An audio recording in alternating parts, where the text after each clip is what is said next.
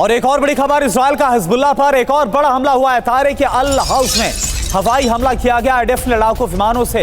ये भीषण बमबारी की, ये देखिए लेबनान का तायर इलाका जहां पर इजराइल की तरफ से तारे के अल हाउस में हवाई हमला किया गया। जरा आप आवाज सुनिए, किस तरह से धमाकों की आवाज से गूंज उठा तारे का शहर। सुनिए आप।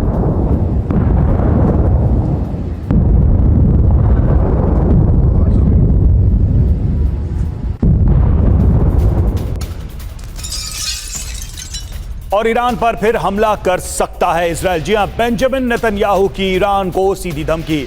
ईरान के परमाणु हथियारों पर हमारी नजर, ईरान को परमाणु हथियार बनाने से रोकेंगे। तो ईरान के न्यूक्लियर प्रोग्राम को लेकर, परमाणु हथियारों को लेकर यह बड़ा बयान आया है बेंजामिन नेतन्याहू की तरफ से और कहा है कि ईरान को परमाणु हथियार बनाने से हम रोकेंगे। तो नेतन्याहू ने क्या कहा और उनके बयान के मायने क्या हैं वो हम आपको समझाते हैं। तो नेतन्याहू की ललकार, ईरान का एटमी संहार। बड़ी बात है, सबसे पहले ईरान में इजराइल के टारगेट फिक्स हो चुके हैं। टारगेट पर ईरान के परमाणु ठिकाने भी हैं। नेतन्याहू की 5 धमकियां क्या हैं ईरान को। पहला धमकी नंबर 1, जरूरत पड़ने पर ईरान में कहीं भी पहुंच सकते हैं। नंबर 2, IDF और सुरक्षा बलों ने टारगेट फिक्स कर लिए। नंबर 3, ईरान के परमाणु कार्यक्रम को रोकना हमारा मकसद है, यह कहा नेतन्याहू ने। नंबर 4, लक्ष्य से हम न हटे हैं और न हटेंगे। और नंबर 5, ईरान को जवाब देने के लिए हम पहले से ज्यादा स्वतंत्र हैं, हमारे पास ज्यादा अधिकार हैं, ये संकेत दे रहे हैं। तो अगर ऐसा होता है तो क्या होगा, ये सबसे बड़ी दुनिया की चिंता है। ब्रिगेडियर शरदेंदु, इन धमकियों को आप कैसे देखते हैं? क्योंकि इजराइल नेतन्याहू की तरफ से जो कहा गया है वो किया नहीं गया, बल्कि उससे आगे जाकर उन्होंने किया है।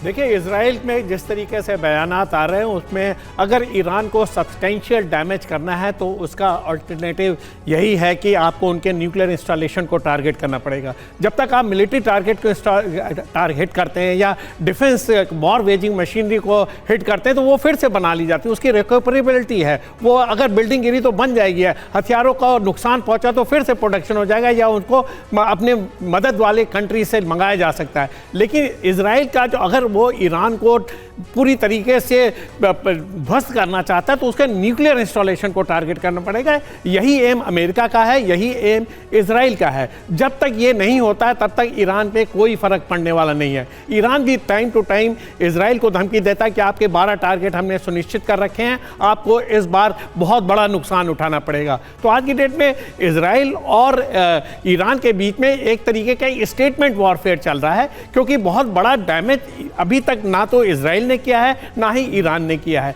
लेकिन नेक्स्ट टाइम अगर किसी भी तरीके की स्ट्राइक होती है तो वो डिफरेंट लेवल पे जाएगा।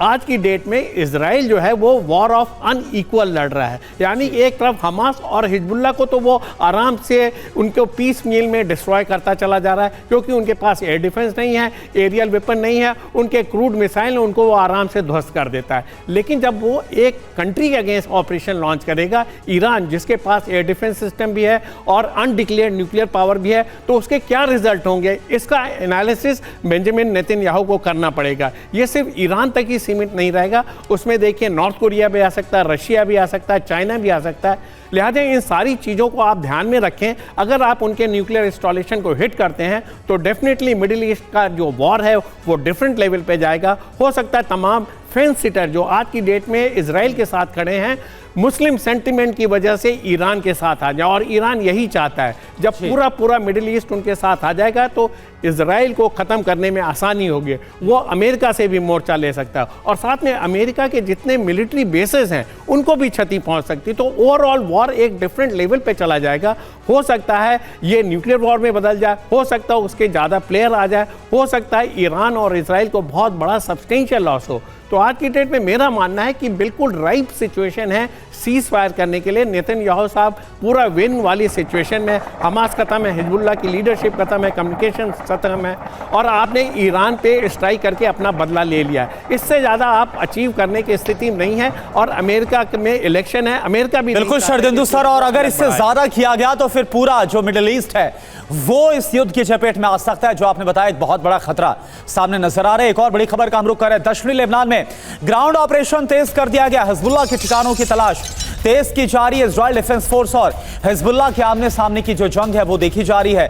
हिजबुल्लाह के लड़ाकों के साथ गन फाइट हो रही है।